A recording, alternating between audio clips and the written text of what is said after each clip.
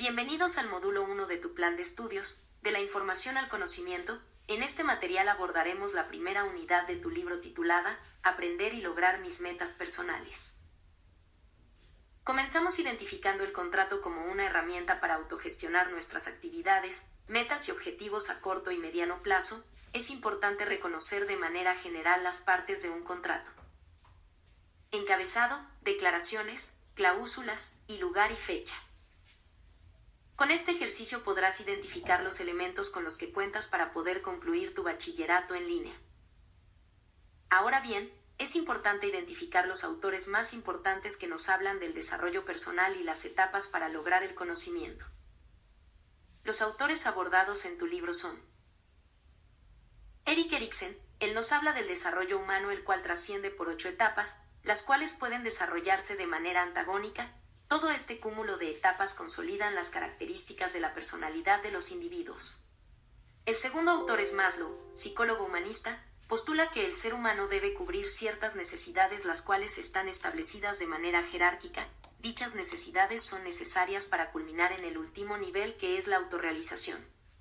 Las primeras necesidades son de carácter fisiológico, como dormir, comer, respirar. El segundo nivel son aquellas necesidades de seguridad, económica, social, y la siguiente etapa de afiliación refiere al pertenecer a un grupo, relacionada con la penúltima etapa de reconocimiento. Involucran llevar a cabo todos tus proyectos personales, académicos, para así poder llegar a la etapa final, la autorrealización. El tercer autor es Howard Gardner, el cual establece que el ser humano es un ente con inteligencias múltiples, unas más desarrolladas que otras, pero deja atrás la idea que el ser humano es un ser con una inteligencia única. Segundo apartado de la unidad refiere al tema del bachillerato. El objetivo del apartado es que reconozcas los antecedentes y características generales del bachillerato, así como las diferencias de un sistema escolarizado y en línea.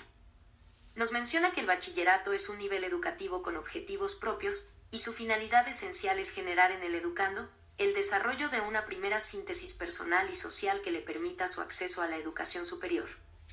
También establece que el bachillerato cuenta con 2 enfoques, uno propedéutico y otro profesional. El primero enfocado en materias de cultura general y cuyo objetivo es que el alumno ingrese al nivel superior. El segundo es un bachillerato cuyo objetivo es incorporarse de manera inmediata a la vida profesional, otorgándose un título técnico profesional. Actualmente, los planes de estudio se han enfocado en tener un enfoque bivalente, permitiendo tener al alumno desarrolladas habilidades tanto de cultura general y profesionales. Tercer apartado, perfil de egreso, marco curricular común. Nos menciona un concepto muy importante que debemos identificar, y es con el que se integra todo nuestro plan de estudio. El concepto de competencia, la cual se define como la capacidad que tiene una persona de ejecutar una tarea en una situación dada, articulando conocimientos, habilidades y actitudes. Es decir, movilizar nuestros conocimientos y aplicarlos a las tareas diarias. Tu libro establece que las competencias deben ser genéricas, profesionales y disciplinares. Ahora bien, comenzaremos con la unidad 2 de tu libro titulada Leer y escribir para aprender. Tu libro comienza abordándonos el concepto de leer y qué entendemos por leer.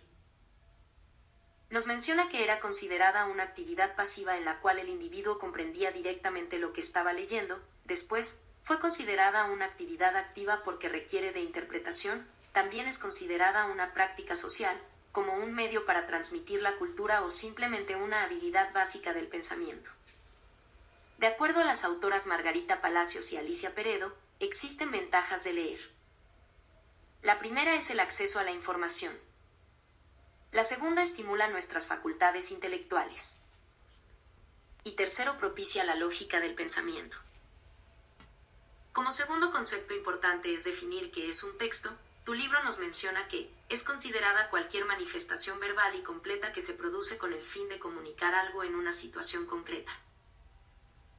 En módulos más avanzados entenderás que el texto es un conjunto de enunciados que transmiten un mensaje. Además, podemos identificar en ellos su estructura interna y externa. Eso nos permite tener una visión del mundo.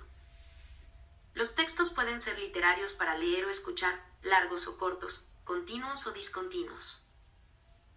Segundo tema importante de la unidad 2, la clasificación de los textos. Para referirse a las modalidades textuales son aquellas que reflejan la intencionalidad comunicativa, que quiere decir, es la forma en que el autor transmite y la forma en que lo hace. Las modalidades textuales pueden ser descriptivas, narrativas, argumentativas o expositivas. La modalidad descriptiva es aquella que ayuda al lector a hacerse una imagen del lugar, cosa o persona a la cual se quiere representar, lo hace mediante rasgos distintivos, utilizando un lenguaje que permite vislumbrar las características del objeto o del lugar. Como ejemplos de texto podemos encontrar el relato, la epopeya, el retrato y el autorretrato. La característica principal es que el autor da detalles específicos. La modalidad narrativa es aquella que incluye cualquier texto que relaciona una serie de eventos de manera cronológica utilizando un lenguaje imaginario o expresando emociones. Como tipos de texto de esta modalidad encontramos la novela, la crónica, la reseña, el cuento o la leyenda. La siguiente modalidad argumentativa es aquella donde el texto tiene coherencia, donde argumenta y plantea razones en función de lo que intenta explicar. Son textos que buscan persuadir o convencer al lector sobre un tema en particular. Aquí podemos encontrar los textos científicos, textos legales, ensayos y debates. La última modalidad, la expositiva, es el texto cuyo objeto pretende dar a conocer e informar hechos o conceptos específicos, busca aclarar y detallar la información. Como ejemplos tenemos el artículo de divulgación, artículo didáctico, la entrevista y enciclopedias. Otro aspecto importante no abordado por el libro son las funciones del lenguaje. El lenguaje tiene distintos fines de acuerdo con el uso social que le damos, por ello la importancia de reconocer los tipos de funciones. Puede llegarse a confundir con las modalidades textuales, pero estas refieren a la intencionalidad del autor y las funciones a la forma para poder expresar su mensaje. Pueden ser de forma emotiva, apelativa, fáctica, poética o metalingüística. Y comenzamos abordando los textos de carácter informativo. Los dos principales. De divulgación científica, son textos de modalidad expositiva. Su objetivo es poner al alcance del público en general temas que pudieran ser poco accesibles por su estructura técnica. Es importante recordar que la estructura general de los textos es una introducción, un desarrollo y una conclusión. Y también nos aborda el texto didáctico. Es un texto de la modalidad expositiva. Su objetivo va dirigido a un grupo específico y responde a un método de enseñanza, requiere de conocimientos previos, contiene ejemplos, actividades y sugerencias. Gracias por leer el material. Recuerda dar lectura a tu libro.